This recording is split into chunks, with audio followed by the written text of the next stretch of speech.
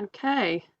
The attendees number is still creeping up. So just as everyone's filtering in, I use the opportunity just to say welcome to those of you who've joined already.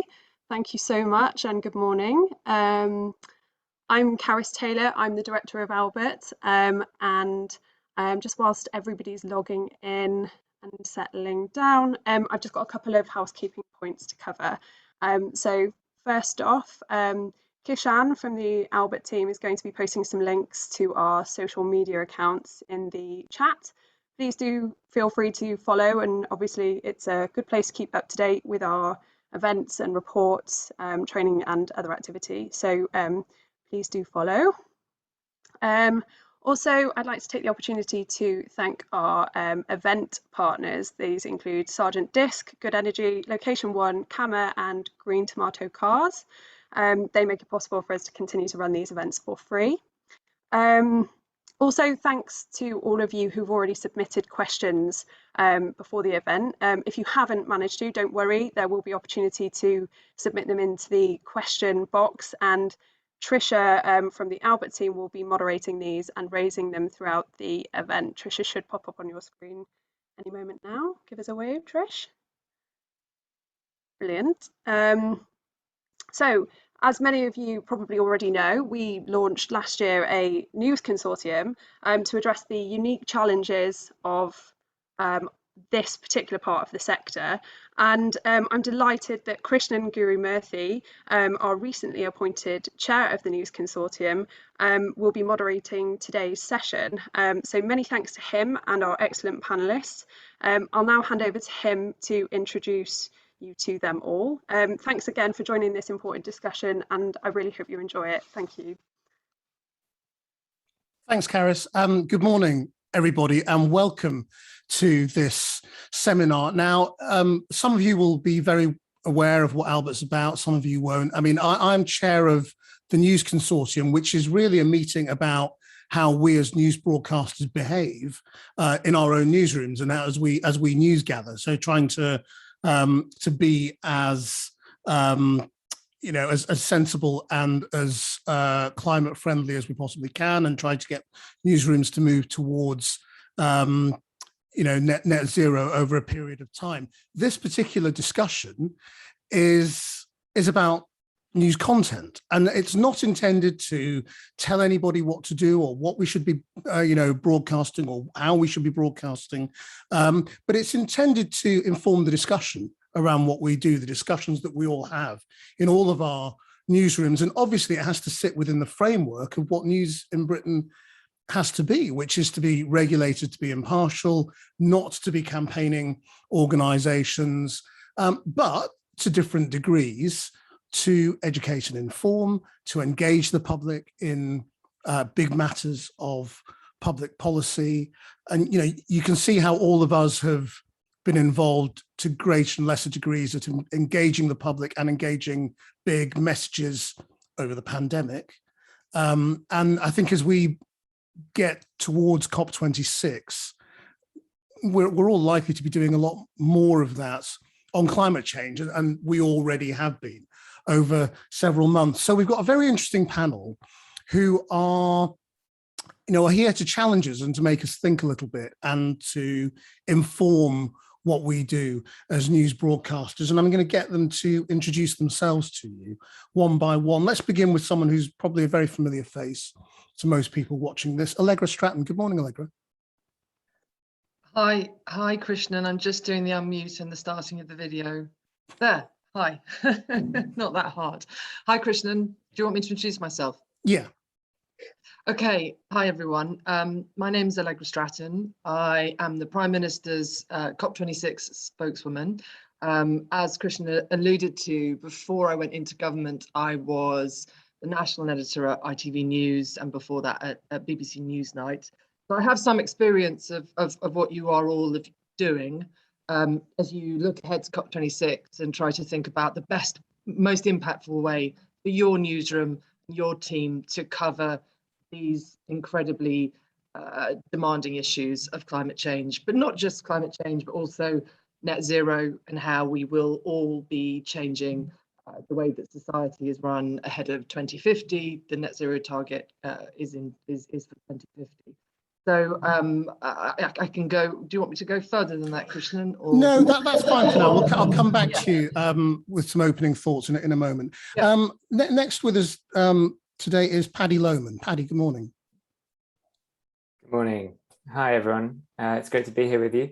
I come from a place of independence in a sense, so my opinions today are going to be my own, but I do work with the high-level climate champions, part of the UNFCCC.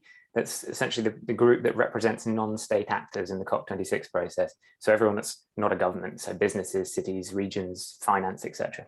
I also do work on the side. I'm the co-author of a piece of work called Stories for Life, which looks at how narratives and stories influence our mindsets around economy and the trajectory we're on. And I've done some work in the past with Extinction Rebellion as a speaker. My background was in the brand consultancy world. So marketing communications is my sort of territory. And I spent a bit of time speaking to that industry on behalf of Extinction Rebellion. So yeah, that's me. I sort of sit across the picture, if you like. Great, thanks, Paddy. Daze Aghaji. Hi, I'm Daze Aghaji. I'm a climate justice activist. I'm best known for my work for Extinction Rebellion. I've worked there since basically since the beginning, it's almost 3 years now. And I've done lots of campaigning work, especially within politics. I ran as as a candidate for the European Parliament in 2019, being the youngest person to do so far. Fingers crossed. Well, it's ended anyway. So that's kind of like my background, and I'm going into creative direction at a environmental media company called Earthrise Studios. Thanks, Daze. And finally, Dr. Susie Wang. Morning, Susie. Hi, everyone. I'm Susie Wang. I work as a researcher for climate outreach. For those of you who might not be familiar with our work, climate outreach is a charitable organization focused on building a global public mandate for climate action. And we put people at the center of addressing climate change. In our work, we conduct and we use social science research, and we try and make it accessible for practitioners and communicators, for instance, governments, media, businesses, and campaigners, to try and make sure that climate communications are as impactful and effective as possible. Thanks. Okay, thank you all very much indeed. So I'm just going to begin with some sort of introductory thoughts really about whether we need to really be changing very much what we're doing. During the sign-up process for this event, attendees were asked what are the biggest challenges for news broadcasters in reporting climate change stories. There were lots of overlapping answers, but the key themes that came up were basically around greenwashing and spotting it, presenting balanced views around climate change, which is obviously very controversial, the question of misinformation on climate, and making it relevant and interesting to audiences, which is what we all try to do every day. So I just want to ask our panel for some sort of headline thoughts on those big challenges for all news broadcasters, and whether, broadly we're getting it right, or broadly have we got a big way to go in their view? I mean, are we missing lots of things? Are we approaching this too cautiously, or do we need to change the way that we're approaching this? Let's begin with Daze Aghaji. Yeah, I feel like I'm an activist. I can very much say that I have I have an agenda here. My agenda is to talk about climate change. But the thing with climate change is it's recognizing that a lot of the information in itself is scary, and a lot of the information in itself is to make people go into action. This isn't something that is particularly a political opinion at this point, because we recognize climate change is an issue, and we recognize we need to do something about it. So I do think there needs to be some more kind of like plainness in the way that we talk about climate change on the news. I do think that there has been a real push towards the responsibilities of media companies while talking about the climate crisis, and there has been such a drastic change over the last couple of years, which I think everyone who's here has played at least a small part within that, and I thank you for that. But there is still a lot to go. We are seeing floods everywhere. No one is connecting it to climate change. Even over summer, we had moments of intense heat, and people were saying, oh great, everyone, we've got 10 days of hot sun, without mentioning that this is literally a symptom of our world falling apart.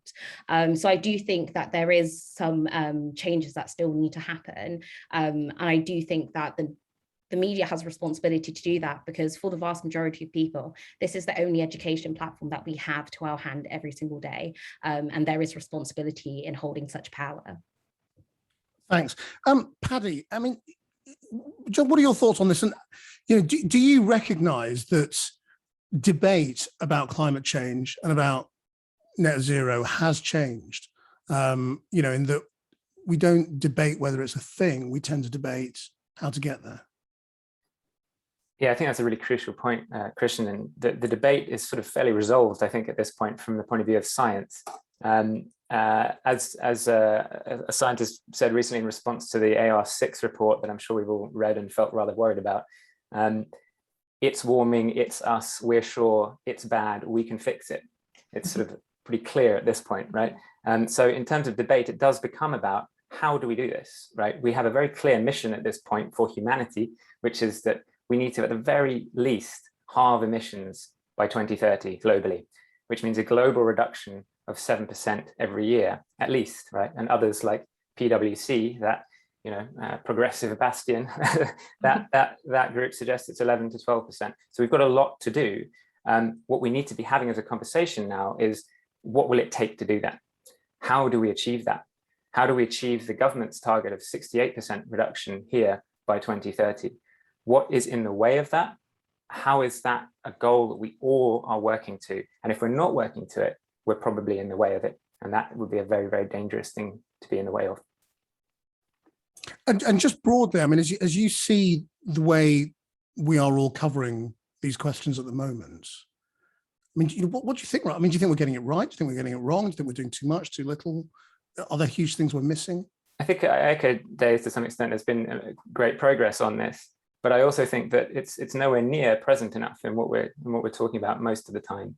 And I totally understand why. It's a very, very difficult thing to talk about. It's very complicated, or it can be, right? And there is still a sense of, well, there are two sides to this, and there aren't. Fundamentally, there aren't two sides to this, right? The vast body of scientists now agree on where we're at, and that is backed by governments. That's what that AR6 report is, the Intergovernmental Panel on Climate Change. That is the world's governments agreeing with the world's scientists. So what we're not getting right yet, I think, is addressing the fact that this is the setting at this point within which all of our stories take place. Climate change, climate and ecological emergency is no longer an issue. It is the era in which we live. So everything that we talk about every day is somehow connected to it. And everything we therefore talk about is either in the way of or leading the transition towards that point of halving emissions by 2030. Okay, thanks. Allegra.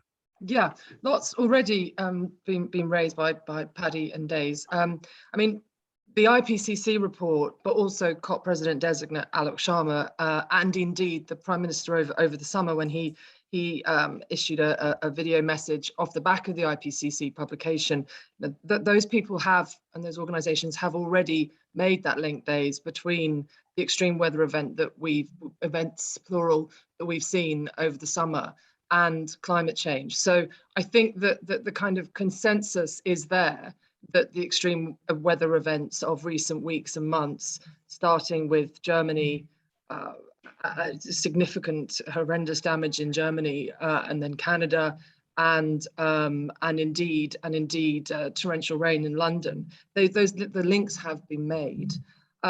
You see it as well, and I'm sure Susie will talk about it in a second. You see it in the opinion polling, where climate and the environment has gone up to be a top 3 issue for everyone around the country. My agenda is, I need people to understand COP26, because I don't want the UK and Glasgow to host a summit that people don't understand. But that's why whenever I'm asked, I talk about coal, cars, cash and trees, because I want to break it down to make it accessible to as many people as possible, because to the points that Paddy and Daze have already mentioned, this is affecting each and every one of us. And it's critically important that people, therefore, when they look ahead to COP, and then when COP is actually happening, that it feels something that they get. And I can talk you through coal, cars, cash and trees now, or I can do it a bit later. But that would be one of my my hopes, is that some of you on the call feel that you want to look in detail at the agenda that the UK presidency has, especially those of you who have the privilege of being able to cover this issue around the world, looking closely at the progress or otherwise that may be being made. So I think for me, it wouldn't be correct to say optimism, but more just a sort of a reflection that there is now consensus. We follow the science. The IPCC is clear that these extreme weather events are climate change. The public is extremely worried. You see it in the opinion polling, and I think Susie will talk us through that. And that we have this moment with COP26. We are in the 2020 to 2030 decade in what is called the decisive decade. It's called that for a reason. We have to act now. We have the opportunity in November in Glasgow to get countries to take the significant steps that we need them to take. And part of my job, and in some ways, your job is to educate and inform, but I am, by breaking COP26 down into these 4 baskets, trying to make it more accessible to people when otherwise potentially sometimes these summits are difficult to process. And just, I mean, it'd be quite useful to know, at the moment, how do you feel about the way news broadcasters are covering what you're doing in Britain's role? I mean, are you frustrated, or do you think it's fair? Or, it's very for me and for this building, I think we feel that broadcast television in particular is central and crucial, because it tells the stories from around the world that bring the need for action up the agenda. So those pieces that I've seen have been powerful in ways that only TV news can do and does best. So I think that the more this is the most important climate change summit of my lifetime so far. I have covered these issues as a journalist. I was at the 2009 Copenhagen COP, which ended in disappointment. I know the feeling to report on a COP where there isn't the success that the participants wanted, and the sense that we aren't gripping the problem. I've reported on a COP where that has been the overriding take-home feeling. So we definitely need to act. That's why it's called the decisive decade. That's why we call this COP the last best chance. And anything that you guys can do with your talented teams, anything you can do, it's all hands on deck. But I would imagine, I mean, to that, you are, you're quite concerned, I would imagine, that the coverage of COP doesn't end up just being, is it a success or a failure? I mean, you can already start seeing a bit of that. Is it not going to work? Are we not going to get pledges? All that sort of thing. Is it going to end up not living up to its billing? I mean, there's a sort of there's Downing Street news management around how you want this to look, but within success and failure, what do you think we should also be looking at COP? So you should be looking at coal, cars, cash and trees. So coal, Antonio Guterres, the UN Secretary General, has said that the single biggest thing we can do to turn around emissions and to bring them down immediately, and so we make that progress ahead of 2030, is the phase out of coal. And so we need to be seeing rich nations doing it ahead of 2030. And indeed, in the UK, we are going to be not using coal in any way from 2024. And we've already gone down from 40% less than a decade ago. So we've made the progress. And then we're asking developing nations to do that by 2040. So we have different asks on coal, but it's the consensus is that coal is the item that we need to put a huge amount of our effort into. Then there's the transition to lower carbon transport, and in particular that comes to a head in the wide scale take up over the coming years on zero emission vehicles, or ZEVs. Then you have the cash bit, and that's the 100 billion annual sum that we need to get going out the door. That was pledged at that Copenhagen 2009 conference. That's a long time ago. and has still not been hit. And the Prime Minister and CPD, or COP President Designate, are clear that it's an issue of trust. It needs to be hit so that developing countries know, and climate vulnerable countries, small island states for whom this is particularly existential, they need to see real progress and delivery of that money so that they know that we have their backs. And then trees, the last of our four. So this is the halting and reversal of deforestation by 2030, and getting countries that are central to that, have really massive forests in their territories, to feel able to make that commitment. So they are the buckets. The thing it sort of was quite good for me to realize is that any progress we can make gets us closer to bringing down that temperature increase. So whilst we want to keep 1.5 alive, it is also the case that the utmost progress, that every push, every strain from all of us gets down temperature increase by 0.1, 0.3. So you're right, Krishnan. I remember it from being a journo. There's the constant, is it success, is it failure? But equally within that, there's that sense that every single bit of the communique and bit of progress will make a difference to those communities around the world where their homes and lives are changing right now.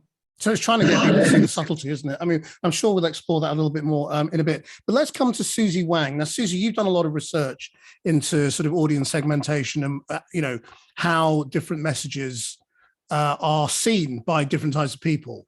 So to give us an overview of first of all, how you segment people and what you think is going on at the moment. Thanks, Krishnan.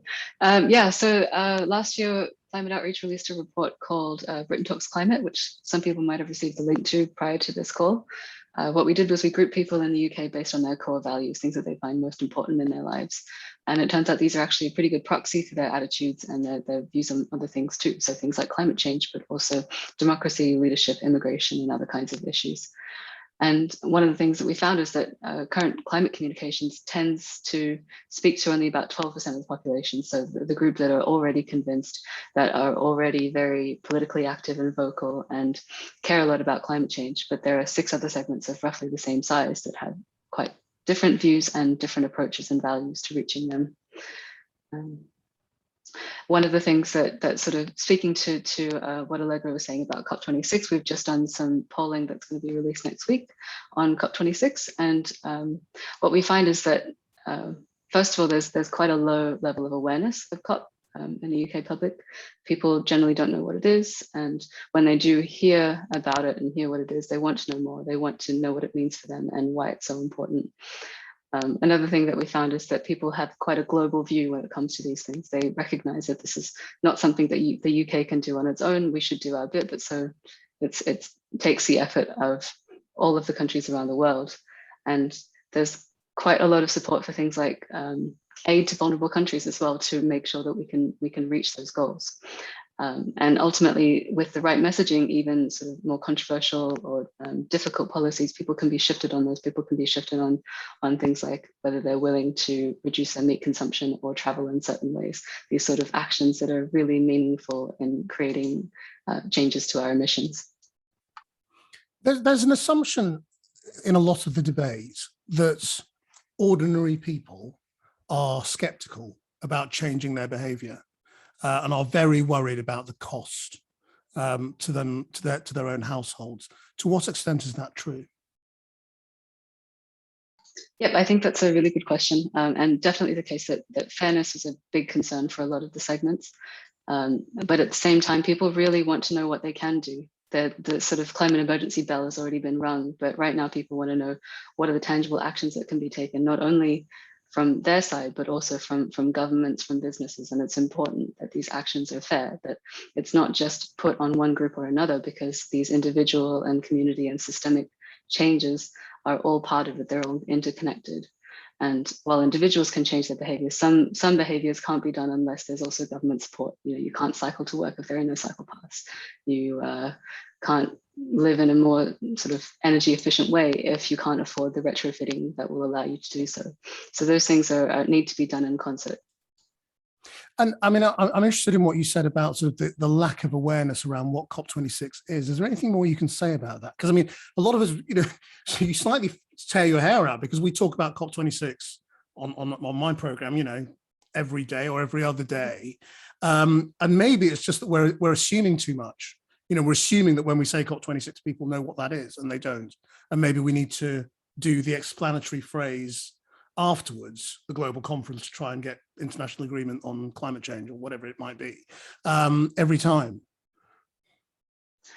Yeah. So in our research, we conducted some focus groups, and we first asked people if they were familiar with COP26, and there we got sort of very few people really knowing what it was. But when we gave them the definition, as you say, we talked about what Conference of Parties was, and it's the 26th one. People were roughly on board with the idea of it, and I definitely think that some more background information, some explainers would really help. So there were some comments from focus groups, for instance, of people saying, we should get letters about this. Why are we not hearing more about this in different avenues, not just in news, maybe in other ways.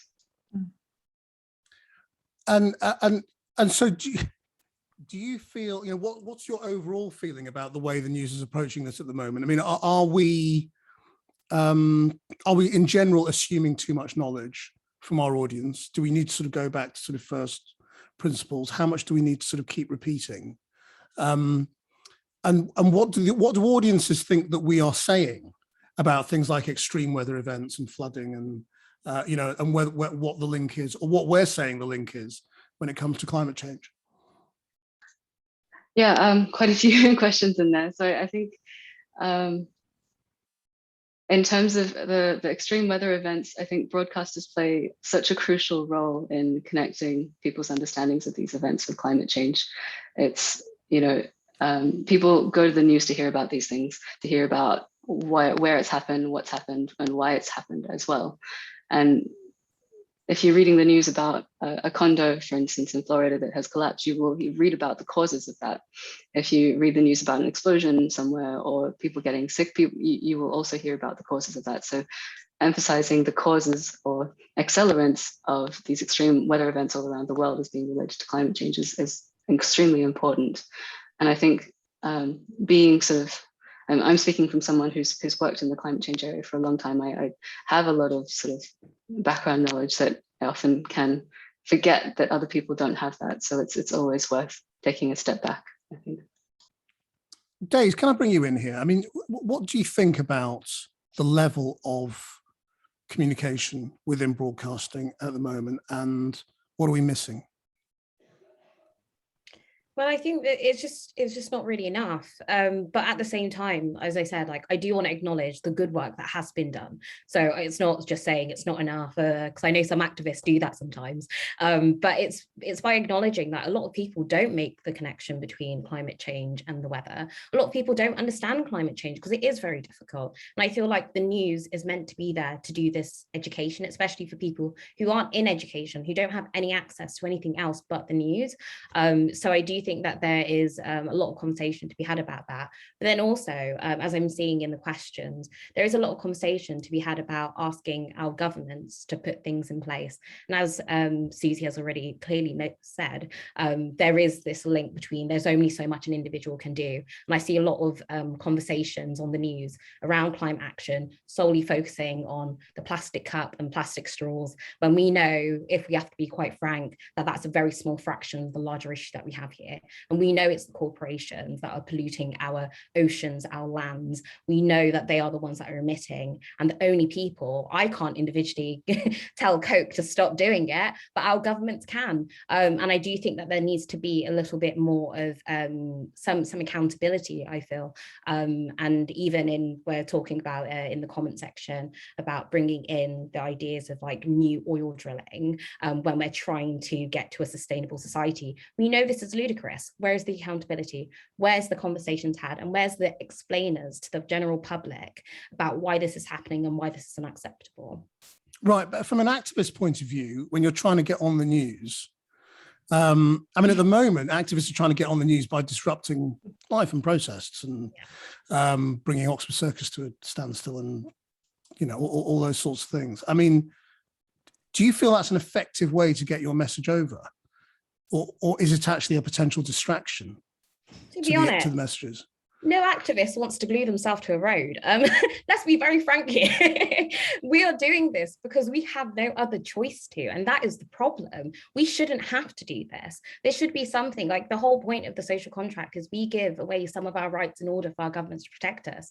And when we feel like that's not happening, we do have to get on the streets. And this is our right to protest, which is actually currently being eroded by our government through the bills that are currently trying to be passed through Parliament. So I don't think the process of Extinction Rebellion are particularly distracting. What we're trying to do is bring climate change back into the conversation. We're trying to say, okay, we are here giving up our time, giving our energy, giving our hearts into this work, and we need to see something because we know, all of us in this room, especially after the IPCC report, we do need to act very drastically and very quickly. And I don't think that kind of urgency is being expressed through our news or even through our government. Paddy, what would you say about this? Sorry, hit my mute button. I mean, fundamentally, I agree with Daze. At the end of the day, Extinction Rebellion is a fire alarm, right? Fire alarms are annoying when they go off because you're sitting there and you've got to go outside and that's tedious until you realize that there is a fire. And the reason they're still on the streets is because we haven't properly realized and acted upon the fact that there is a fire. In fact, there are lots of fires, right? And so I think that highlighting the disruption of Extinction Rebellion is sort of an interesting way of going about it, because what they are trying to help us avoid is the vast disruption, the catastrophic, perhaps society-ending disruption that will come if we do not act now properly, if we do not address the systemic change that needs to be made right now, if we do not look at how that relates to people's lives and behaviors and ideas about their stories and their futures. This is a crucial moment. We have a choice to make right now, and we can still make that choice. The window is still open. We can choose to halve emissions by 2030 and choose the better world that becomes available to us off the back of that, a healthier, safer, fairer, more enjoyable world that is better for our children going forward. Or we can choose to continue to invest in fossil fuels. And it isn't just coal, of course, it is a broader set of fossil fuels. The IEA, the International Energy Agency, very conservative body, as well as the IPCC, point to that. But that's a tangent. Basically, what I'm saying here is that yes, Daze fundamentally what XR is doing is necessary in this picture. We all need to be really aware of where we're at right now. That's you talking sort of as a campaigner. Let's try and focus much more on the impact on television news and radio news, if you like, which is that if we are covering an XR protest in Oxford Street, there is less time in our bulletin to do a piece about the new oil field off Shetland.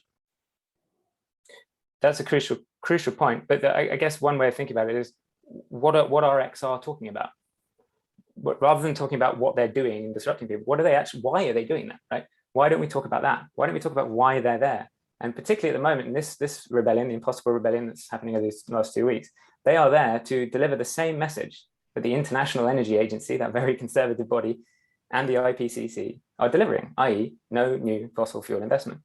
So I think that's the thing that we can focus on as a media, and that brings us back into the right conversation, as you're suggesting. Why are they there? What are they doing this for? Allegra, what's your perspective on this? So we share the passion of Paddy and Daze. Our emphasis is COP26 in, I think it's 70 days now. That is what I get up in the morning and think about. I think about coal, cars, cash and trees, and I actually do. I think about how can I land this point today most effectively? How can I make people understand who might be worried about climate change but may not have the time to look into it in detail? How can I explain net zero, right? Net zero, we haven't really discussed yet, but net zero is the Prime Minister and this government's push to reduce carbon emissions to zero net by 2050. So I think right there, Krishnan, you have a broadcaster's job to explain net zero. Then your second job is, how to get to net zero. And it will, as you've already seen with the transport decarbonisation plan and the hydrogen plan, and we'll see in coming weeks, the heat and building strategy, and then the net zero strategy in total. These are huge pieces of work from the government that will affect people's lives. So right there, you have already a challenge to explain to your viewers what it could mean. You know, Susie will probably corroborate this. There's evidence that people don't realise their boilers emit greenhouse gases. So that may not be true of your viewers, but it might be true of different bulletins viewers, because there's, you know, we all know that there's different levels of informed viewers for Channel 4 News as there are for other bulletins. So there's a job of informing, making people realise that there are bits of their life they may not realise that do contribute to emissions, and what we are all collectively going to do about it. So you firstly got the heavy lifting of COP26 in 70 days. This is when we have to not just we have to get 196 countries to agree. I mean, there's a complexity there as well that I think viewers might need unpacking in the next 70 days, and I'll do my best to help you with that. How does it actually work? There's another point I would like to make, which is the Paris Agreement. Again, you know, we're probably all on this call familiar with it, but if not, the Paris Agreement in 2015 was beautiful and historic and amazing, because it got all the countries of the world to recognise that they needed to come forward with plans.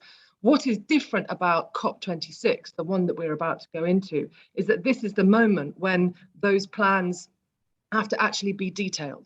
So this isn't a summit where we talk and we talk and we talk and we decide we'd like to take action. This is actually the moment when countries will say, this is the action we are taking. So again, that's a job to explain to people that this isn't your usual summit, in my view. This is actually quite a different summit. And indeed, you could even call it a summit for people who don't like summits. You know, it's actually a moment of, we sometimes in our team call it the moment of truth COP, because it's the moment when post-Paris countries come together and say, and this is what we're going to do.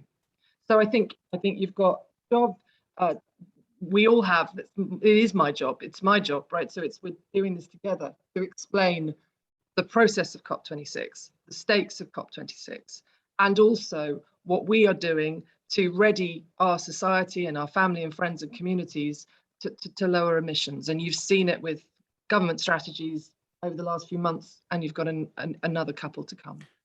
Tricia, can I bring you in here just to sort of give us a sense of what people are saying on the chat and what questions people are asking? Yeah, absolutely. Thank you so much. And thank you everybody for the prolific amount of questions that I'm getting for all of you. I think there's a big theme coming through here in terms of this linking, which you've all touched on here. Specifically, Cindy, I want to thank you for all of your questions. I'm going to focus in on one of them. She's asking, are journalists aware of the correlation between economic growth and carbon emissions? Surely this is going to be the true success of COP26 if we can start to encourage our journalistic community to understand that those two things are sort of diametrically opposed, and you know, making that connection a lot more explicitly is actually what we need to see when you think about the 4 areas that you're talking about, Allegra. I wanted to sort of put that in now because I know you're about to come onto the solution sort of focus for the rest of this seminar. There's a few questions coming through saying it's the first 30 minutes of this discussion and we're only talking about the problem. How can we move that down? But I know that that's all in the planning. So just to reassure everyone. Krishnan, I don't know who you would like to address that point about this linking of economic growth and decarbonisation too. Well, it's not. Well, it's an issue around which there isn't straightforward agreement, actually. I mean, Allegra, do you want to pick that up? I mean, you know, do you want people to think that there is basically a tension between economic growth and... Well, the evidence is that we have been able to grow our economy while cutting carbon emissions. So we have done a decent job, but we know that there is more to go, and that's why you've got more carbon budgets being announced, and indeed have got the net zero strategy coming just before COP. But the evidence is that through the changes in technology, you can actually achieve a lot of this so far. And so you've seen it with the fall in the cost of solar energy and the fall in the cost of wind energy. That's partly why we've been able to move coal out of our power generation so quickly. So the evidence, which is all we can go on for the time being, the evidence is that we have been able to grow our economy at the same time as cut carbon emissions.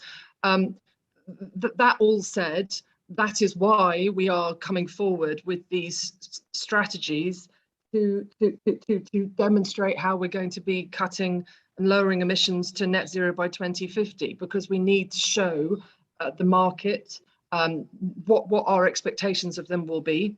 For instance, with the move to zero emissions vehicles by 2030, we need to send them a clear signal: you will not be able to sell diesel and petrol cars by 2031. So this is your homework. This is your job. Put your resources, put your energy into working towards this target. And we are seeing progress. So we at the moment, what you are seeing and have seen from government policies is setting the market a target and making it a very clear one. Daze, are you on board with that idea that, well, which is kind of a shift, actually, to some degree in climate campaigning, that it is possible to have economic growth and reduce emissions? Or do you think there is a fundamental tension there? Obviously, I'm not an expert in this particular field. However, I just don't particularly agree at all. One, I would start off with where I am very well versed in, which is the idea of regenerative culture and the fact that climate change has to be holistic within nature. And capitalism is very much based on the idea of using and abusing people. We have seen disgusting work, like even, for example, in the fast fashion industry, we are getting people literally being paid £3 for days of work. So I don't think that even in the level of how we treat each other, capitalism should exist in the way it does now. But then also moving on to how growing economies demand more energy, which will demand more space, even if we start using like more renewable sources of electricity. So we know that growing economies is not sustainable for the world. And a lot of our economies right now are based on materials and people living very materialistic lives. It's not about continuing to grow and seeing that as the steps of success of what a country should be. We should start looking at how people are living and how we can base things like well-being, things like healthcare, things like education as a success rather than growing economies. So I personally believe in more like degrowth ideas around how we can start shifting our way about how we see capitalism, how we see our environment, and recognizing that together it just is not going to work. And bearing in mind, like, this is the one earth that we do have. And I feel like we shouldn't risk it on technology that we don't actually know whether it will do the job at the end of the day. Paddy, do you want to come in here as well? I mean, there's a clear, there's clear sort of disagreement around this. That a lot of people, a lot of campaigners and a lot of politicians want us to feel that we can achieve this without pain. And the whole argument before of sort of, green policies will cost you money and compromise your lifestyle is an old argument that we need to leave behind. It doesn't seem to me that we have left it behind just from the last few minutes. Yeah, it really depends on how we kind of frame this, right? And the longer we leave it, the more likely some level of hurt is going to be, right? The growth question is a really challenging one, and it does come down to language quite a lot. So degrowth sounds like, recession, we're going to have to end success, right? We're all going to live in caves and whatever. That isn't actually really what the approach is about. It's fundamentally about asking the question, what matters and how do we grow that? And Daze was talking to some of that well-being, right? Wealth, the original meaning of wealth is well-being. If you ask people in this country, 85% will tell you they'd prefer well-being to growth as an outcome. Growth is supposed to be about achieving well-being, but given that the planet's on fire, flooding, full of rubbish, etc., it doesn't really seem like we're achieving that. So I think if we can reorient to the goals, look at the goals of our economy, what are they? What is that design that we have created achieving for us? And make sure that the goals are what we want them to be, like well-being, then that has implications for what kind of growth we pursue. And I think the donut economics approach that Kate Raworth is working on is fantastic in this regard. It talks about how we can live within our means, essentially, on the planet. Right now, we don't. As Daze points to, we're using far more resources than we can sustain. That is essentially a terminal condition. And Kate talks about thriving, whether or not we grow, rather than growing, whether or not we thrive. And that as well is a sort of contentious point, because you think, well, we have to grow, right? We have to grow to thrive.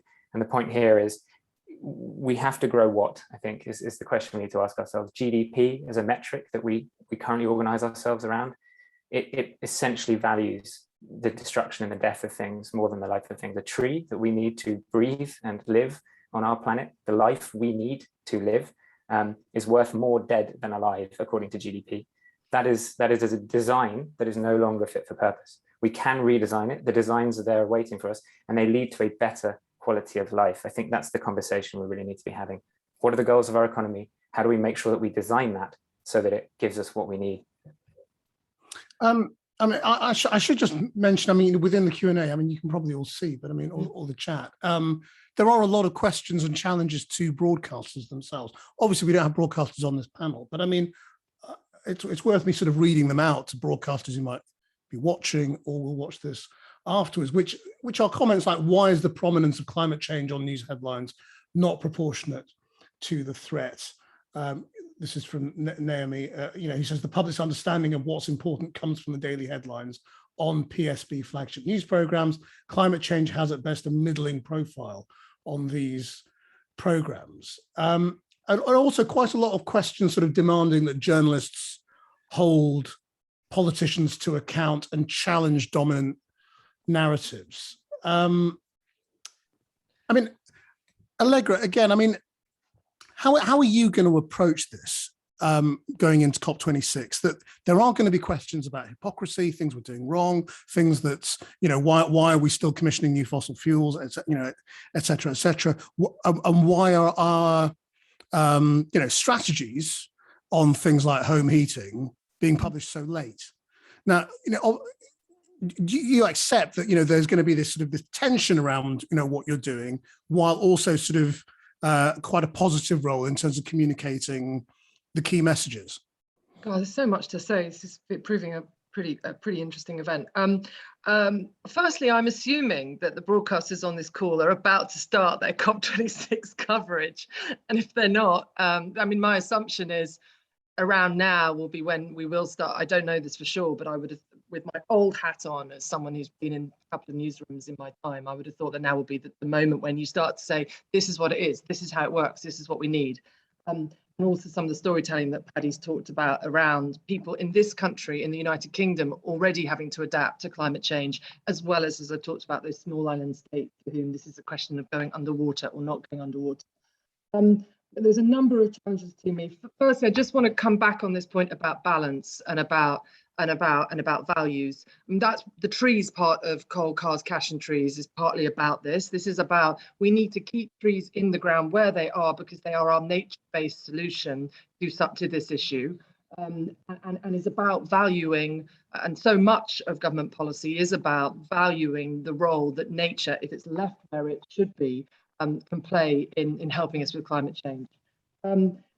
Your question about, you had a number of questions, Krishnan, about, I suppose my fundamental point about the sort of candor of the government with the public is the net zero strategies, which have been laid out in the previous months, and you will get two more of them before COP, right? They will be clear in black and white how the government is proposing to modify people's lives in the next decade or so that we hit net zero by 2050. And let me just be clear about what net zero by 2050 means. And I do think that there is a role for journalists here to unpack this.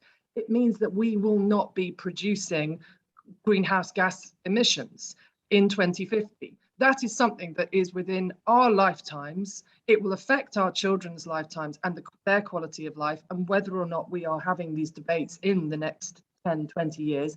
By the way, the science is clear that we do need to be doing it in the next few years so that we bring about real change by 2030. That's why we call it the decisive decade. So it is not to say that we're only focusing on 2050 and saying, okay, we're fine, we've got the 2050 target. You have the 2030 68% reduction target, the NDC, nationally determined contributions as well.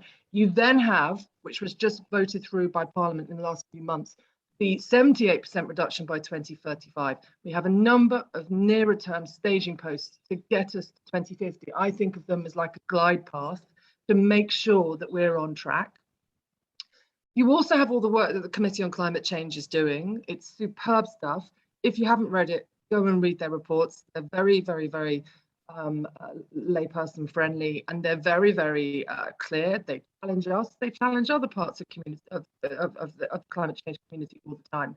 But they are watching everything we do, and by the time we get to COP, we will have set out how we propose to change, modify British society to make sure that we hit net zero by 2050. It's going to be there in black and white. So for those of you challenging us in the chat bar, and indeed I think that's something you said, Krishnan, the work is being laid out for you of how we propose to get 2050.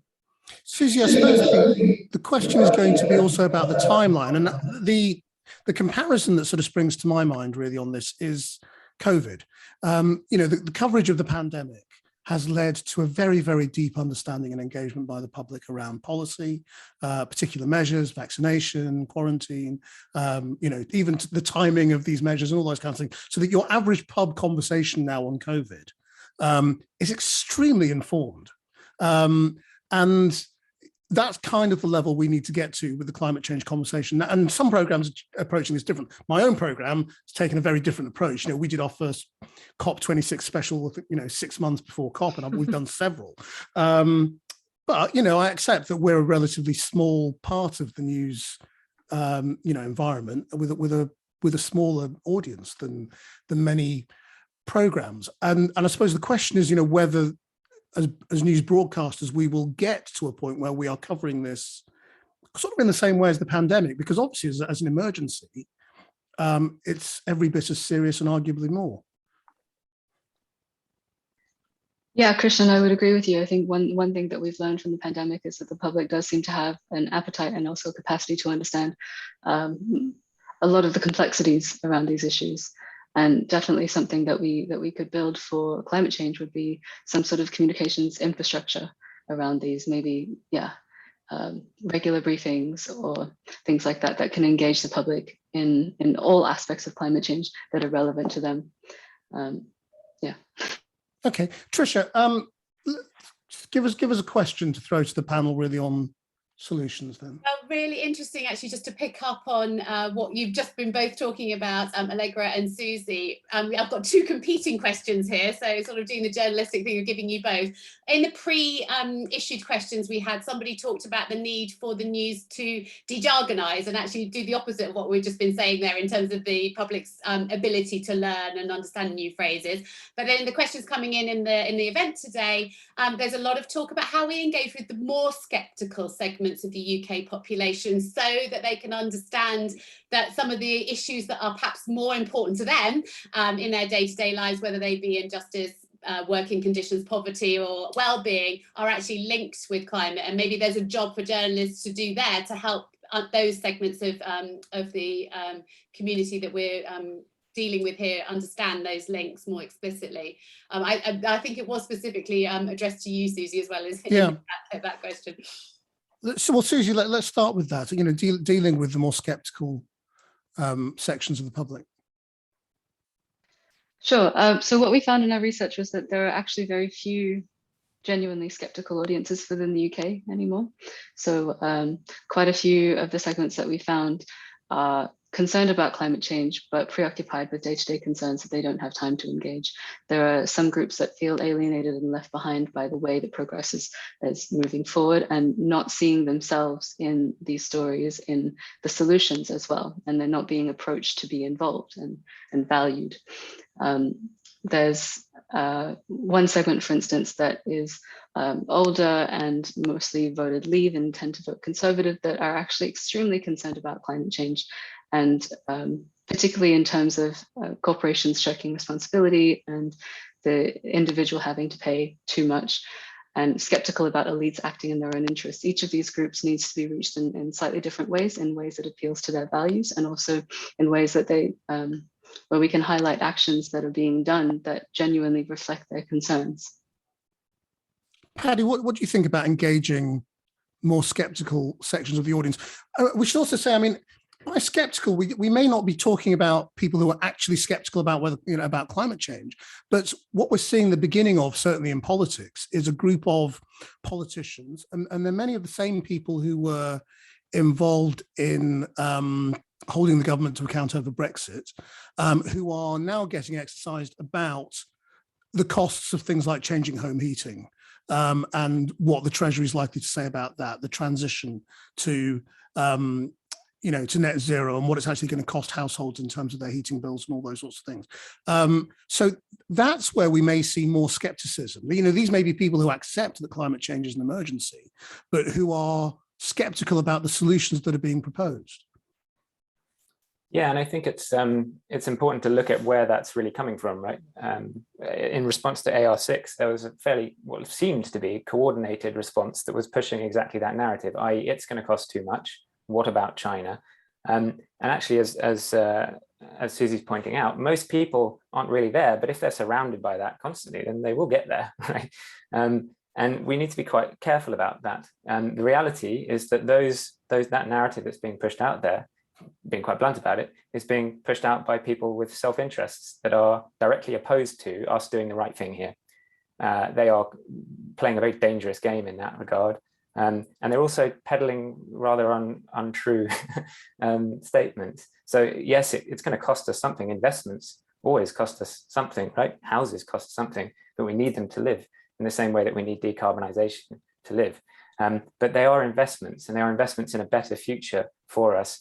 And the cost of not acting is 5 times that of acting, right? So it's really important that we come back against those kinds of narratives that are really attempting to delay the action that really needs to be immediate and very fast.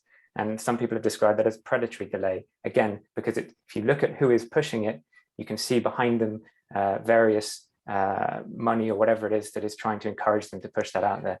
But do you have a concern for broadcast news, particularly on this? Because, inevitably, broadcast news often looks for the tensions and for the disagreement. And so it's quite likely that those people you're talking about, and I won't go along necessarily with what you're saying about their motives. Their motives might be honourable, but but it's likely that those people, because a lot of them are elected MPs, are going to be on the news a lot talking about that over the next 2 or 3 months. So what do you think broadcasters should be bearing in mind about this? Yeah, it's a good question. And I'll take the point about their motives. I mean, a lot of people are acting out of a very strong sense of morality on this. And Hanlon's razor, I don't know if you're familiar with that, but the idea that you should never attribute to malice what is more readily attributed to a lack of understanding. That may be what's going on there. But I think we just need to be really careful about how we tread here. When we take people through processes of really understanding what's going on here, even the most skeptical people, and the climate assembly that was carried out here, which you can find on iPlayer, the coverage of it, found that even the most skeptical people are quite quickly, when they understand what's going on, taken to a place of demanding quite radical things in terms of policies, in terms of coordinated action from governments, from businesses, and so on. So I think we need to help people on that journey of understanding and help them, even those most skeptical ones, to recognize where we're at, what needs to happen, how they can be involved in that, and how doing so will benefit their lives immediately, certainly in the long term. Daze, what do you think we as broadcasters should be bearing in mind as we cast our discussions and our debates and our pieces when it comes to these, to engaging the different ranges of skepticism? Would you rather we just ignored them all, or do you want to debate them on the news? Yeah, I think that there's no point of ignoring them all, because all they'll do is go into a space and then egg each other on and spread misinformation. So we do actually have to start having very open, transparent, and quite difficult conversations around climate change and what the solutions are going to be. And I think that everyone should be involved in this situation as well. I think that there needs to be a level of, when we talk about climate change, we don't just talk about it as something that sits separately, but something that's connected to all the social issues that we face within society. And I think a lot of people will be able to recognize that this climate change that we're facing is only merely a symptom of a lot of the social justice issues that we are facing, whether this is racism, sexism, poverty. They're all interlinked, and this would bring it to the point that people would start to understand how it affects them in their everyday life and the individual stories that are within the communities. And I think that's something that's very, very powerful. I remember one of the first times that I knew that I had to be a climate change activist was when I heard from the indigenous people in Amazonia about waking up to the wildfires engulfing their homes. And when I had that stark realization that this is the reality for many people, and waking up to the truth that climate change is very much here, very much present, and it's destroying people's lives as we speak, the only thing I could do is think, how can I do something? And I do think bringing back the power to individual stories about people's lives, and to be honest, for me, even I don't think the facts speak to everyone, and I don't think people understand what 1.5 degrees or what 2 degrees means. I don't think people understand that. So I do think that bringing it back to the people and our hearts, and basically this level of care and empathy that we have for our world and people around us, and using those stories as very much a way to say, this is what will happen if we don't act, will be something that I think is great importance to the broadcast. So what would you say to journalists about this question of conflict versus storytelling, which is what you're sort of getting at? That you don't have to, there are sort of lazy and shorthand ways of doing pieces, on the news, when you've got 90 seconds or two minutes or whatever. And, you get the person who wants something, you get the person who thinks it's rubbish, and you get the expert who tries to give you sort of something in between by way of context. And that's kind of a formula that's very common on the news. How do you, what's your challenge to us to think differently?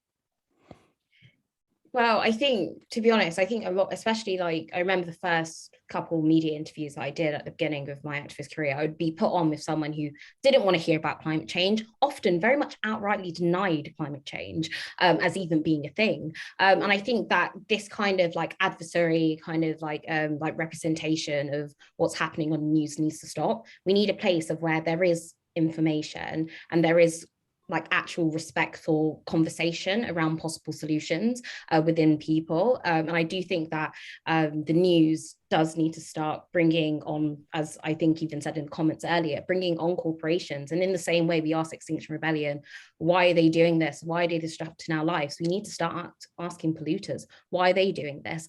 We need to start asking governments, why aren't they doing enough to stop them? Allegra, what do you think about this sort of question of the amount of attention that broadcasters are going to end up giving the Steve Bakers of this world, and so on, and to what extent this is already being pulled into the existing narrative around culture war and wokery? I mean, I've made all the packages you're describing when you do the 90-second or 2-minute package, and you're right, you have a kind of grammar to it, and you put in, somebody get me Steve Baker or whatever. So I'm familiar with making those sorts of films. Look, the most important thing for people listening is look at reports, not just by the IPCC, though that is absolutely worth everybody reading, but also the OBR, Office for Budget Responsibility, and the Institute for Fiscal Studies have both done reports in the last 2 to 3 months that make it clear, to Paddy's point, that the costs of not doing anything are higher. If you look at Germany and the devastation of people's homes, I'm thinking of that, a piece on, I can't remember which bulletin it was, but that woman who was stopped while she was being interviewed, an elderly woman stopped by another elderly man, and he said, we will never see our home normal again. This is it. We will die before it's been rebuilt. That's going to be billions of pounds of costs to Germany to fix, and it won't be quick. And before we even talk about the heartbreak and that they must still be feeling and will feel for a long time. So I think it's just look at the documents from the IFS, from the OBR, and the IPCC looks at it too, of the costs of not doing anything. We in government, just as Cindy and Sharon have both made points in the chat, and I think I wasn't clear enough with my language about net zero. These are not vague aspirations. These will be documents. Sorry, it's not a real fire alarm. It's the it's a drill, and I'm allowed to ignore it. I'll try and carry on talking, but Sharon and Cindy, it's not vague aspirations. These documents are plans. They are actual concrete plans for how the UK government intends to get the society to net zero by 2050. And many of the documents have nearer term targets and policies with nearer term deadlines, as we have with 2030. So, you know, I completely take the challenges you're raising in the chat, that the time for vague ambition is not now. But this is why these documents are substantial pieces of work. And to the people who've said, why, if they're so important, have they been delayed all the way up until COP? Well, I don't see it like that. I see it as we have been dealing with COVID. We've come out of COVID. It's now complete, guys. This is now the right time to get Whitehall to look in their particular departments at how we transition to net zero, and to lay it out for people like yourselves to look at, and indeed journalists to do great stories about. Trisha, we've got about 7 minutes, so we've probably got time for sort of one round of a question, if there is one, to put to people as a final thought. Yeah, there are a number of questions actually, and again, related to the similar theme. So I'm going to try and group them together. But thank you, Jonathan. I'm assuming you are a journalist. He says that he wins over his editor-in-chief with doom and gloom stories. But does that force journalists to put more pressure and more importance on the issues and stressing the urgency, and therefore we're being not balanced enough on covering the mitigation as well as the threat? In the pre-submitted questions as well, there was another one of this similar line around how do we get the balance between urgent action and individual change. And, you know, just to build on that further, and Susie, you may have a point to make about language of this. Thank you, Jeremy, for your question, just about whether or not the journalists are actually equipped. And I'm really thinking about your example there, Krishnan, of, you know, sort of that lazy journalism, you get the 2 points of view and the one in the middle, and that's how we get those 2 minutes of television sorted. So yeah, all rounded into one. Balance of threat versus mitigation, the language that we're using to describe that, and whether or not our journalists are actually equipped to be able to enable that balanced debate. Okay, well, I mean, really, I'm going to go around you all sort of, and it's really sort of a final comment, and maybe to sort of sweep up those thoughts from Trisha. Susie, can I begin with you? Sure, yes, thanks, Krishnan, and thanks, Trisha and the audience for the question. I think definitely it's important to balance these stories about impacts with stories of mitigation and adaptation as well, which is adaptation is the aspect that is often not covered as much. I think there's an opportunity to show different kinds of stories. So maybe longer reads, slower reads that are able to capture more detail and more complexity, and really sort of explore different areas in more detail, such as the influence of the intersection of gender and climate change, which is not well known but quite well supported. In terms of the sort of actions and solutions, there's actually quite a good literature around the kinds of changes, both policy and sort of lifestyle changes, that are needed that create the biggest impact. And that, again, is not something that's well known by the public. What is it that they can do? What is it that they should demand that their governments do? Those kinds of stories, I think, would be really, really beneficial. Thanks. Thank you. Daze. Yeah, I think I particularly want to speak to this idea of, like, I know someone had in the comments about positive news stories. And I think there is, especially, you know, given the current climate that we're in, there is a lot of like intense feelings and negativity in our news stories. But I do think there is this balance of acknowledging the urgency, but also acknowledging our love for life. And I think, like, lots of people call it like love and rage, and it's about knowing what we love, knowing about, you know, like having news stories about amazing urban farms, people growing things differently, the solutions that we could be using in the future, then also recognizing that there is a level of urgency and people are very much suffering right now, and having those two and playing both. And I think that we could do both. And I think that's the only way that we can truly report climate change in a just way. Thank you. Paddy. I think that's a great way of thinking about it. We need both the urgency about where we are and what needs to be done, and the excitement about where we can get to if we do it, if we do the right things, all of which really we know how to do, right? We know how to fix this, we know what to do, the solutions are there, just need to grab them and run with them. There's a theory of social change, which is that 1, you need to experience what is wrong, 2, you need to see visions of what can be better, and 3, you need to pursue those in a supportive community. How can we in the media help that to happen with that goal of halving emissions by 2030 without destroying nature in our minds? And just one quote that sort of captures some of that a little bit, which I love, is if you want to change the world, throw a better party. How do we help people imagine that better party? How do we get the invites out? How do we equip them to get there? I think that's a crucial question for all of us. Great, thank you very much indeed. And Allegra. I suppose one of the things that people like Susie have including Susie indeed, have said to me over the last few months is that the public want to see that every bit is acting in concert, so acting in this at the same time. So they want to see that the government is setting out the plans that will get us to net zero, and they also want to see real progress at COP26. Then they want to see that business too is going to net zero, and to your point, Daze, that we need to see that movement. And then there's also, as you also say, Daze, there's the great stories that are happening right now up and down the country. We are running something called One Step Greener. We're asking people to come forward with the experiences that they have of moving to a lower carbon lifestyle. There may be clever things that they have done to reduce their family's carbon emissions. There may be businesses that they've set up that are going great guns reducing carbon emissions.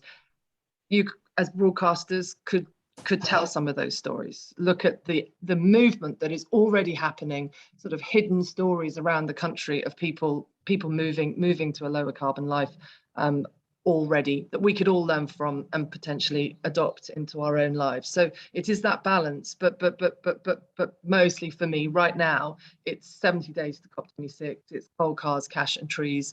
We have a decisive decade that we live in right now. We have 8.5 years to make sure we reduce temperature increases to 1.5 degrees.